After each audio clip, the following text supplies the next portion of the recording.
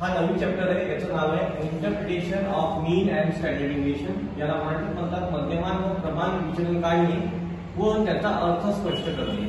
2 किंवा 3 मार्क्ससाठी हा प्रॉब्लेम विचारतात. याच्यामध्ये थेरी बेस्ड प्रॉब्लेम येतो. 2 किंवा 3 रेअर आहे, प्रत्येक 3-4 परीक्षेनंतर प्रॉब्लेम विचारला जातो, रेग्युलर नाही विचारला जात.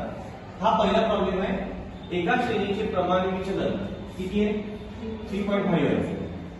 प्रत्येक प्राप्तांकात 2 मिळविल्यास, 2 मिळविल्यास म्हणजे ऍडेड केल्यास म्हणजे प्लस केल्यास श्रेणीचे प्रमाण विचलन किती येईल? याच्यामध्ये 2 रूल आहेत. एक मीनचा रूल आहे आणि एक स्टँडर्ड डिव्हिएशनचा रूल आहे.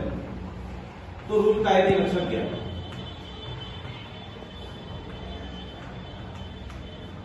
जसं 3.5 प्लस केल्यास 2, 3.5 प्लस केल्यास मायनस केल्यास 2, 3.5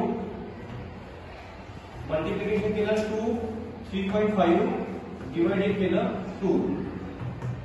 समजा तुम्हाला उदाहरणार्थ मी विचारलं असेल 2 मिनिटं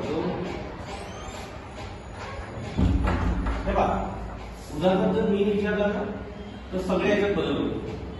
सगळ्या याच्यात 3.5 मध्ये 2 ऍड केल्यास उत्तर किती? 5.5. 3.5 मध्ये 2 मायनस केल्यास 1.5. 3.2 मध्ये मल्टिप्लिकेशन केलं तर उत्तर येईल 7 आणि याचं ऍडिशन किती? 1.7.